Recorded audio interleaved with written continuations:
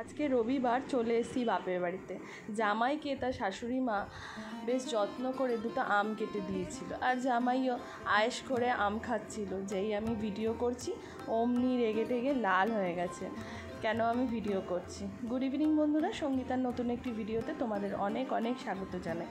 দত্তমশাই শুধু আমে সীমিত ছিল না, চলে এসছে শ্বশুরমশাই, হাতে করে নিয়ে এসছে জামাইয়ের সব থেকে পছন্দ ক্ষীরের চপ। দেখেছো ক্ষীরের চপটাও কত আয়েশ করে খাচ্ছে।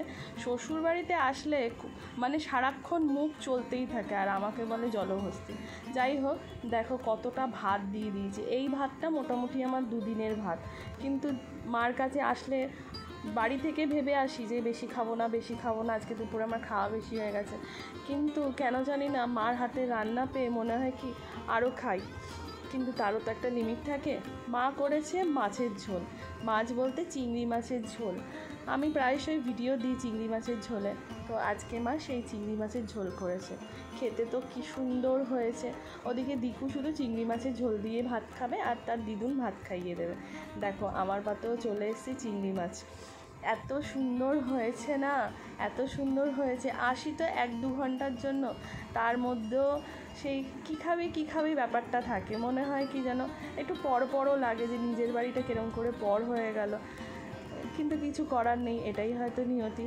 চলো এবার কাঁচা লঙ্কা ডলে তার সাথে একটু কাগজি লেবুও ডলে নিয়ে ব্যাস খাওয়া শুরু করে। তোমরা হয়তো ভাববে জামাই মানুষ আসে মাসে একবার, কিন্তু একটু মানে বাটি করে দেয় না। সত্যি কথা বলতে দিব্যেন্দু একদমই পছন্দ করে না, মানে অকেশন ছাড়া বাটি করে ওইভাবে দেওয়ার।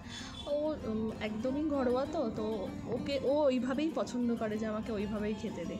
আর একটু ভাত খাবো তার জন্য বাটি করে দেওয়ার কী আছে। আর আমাকে মানে মাকে অত কষ্ট দিয়ে তো লাভ নেই, কারণ আমি তো এবারে বাটিতে পাত পেরে খেয়ে চলে যাব, তারপর তো মারই কষ্ট হবে। তো যাই হোক, খাওয়া হয়ে গেছে আমার একবার চিংড়ি মাছের ঝোল দিয়ে। এরপর চলে এসে আমুদি মাছের চচ্চড়ি। এখানে একটা হাসির কথা বলি, বাবা বলছে তোদের চচ্চড়ি খাওয়াবে বলে আমার 70 টাকার মূলো আনতে হলো। আমি বললাম কেন?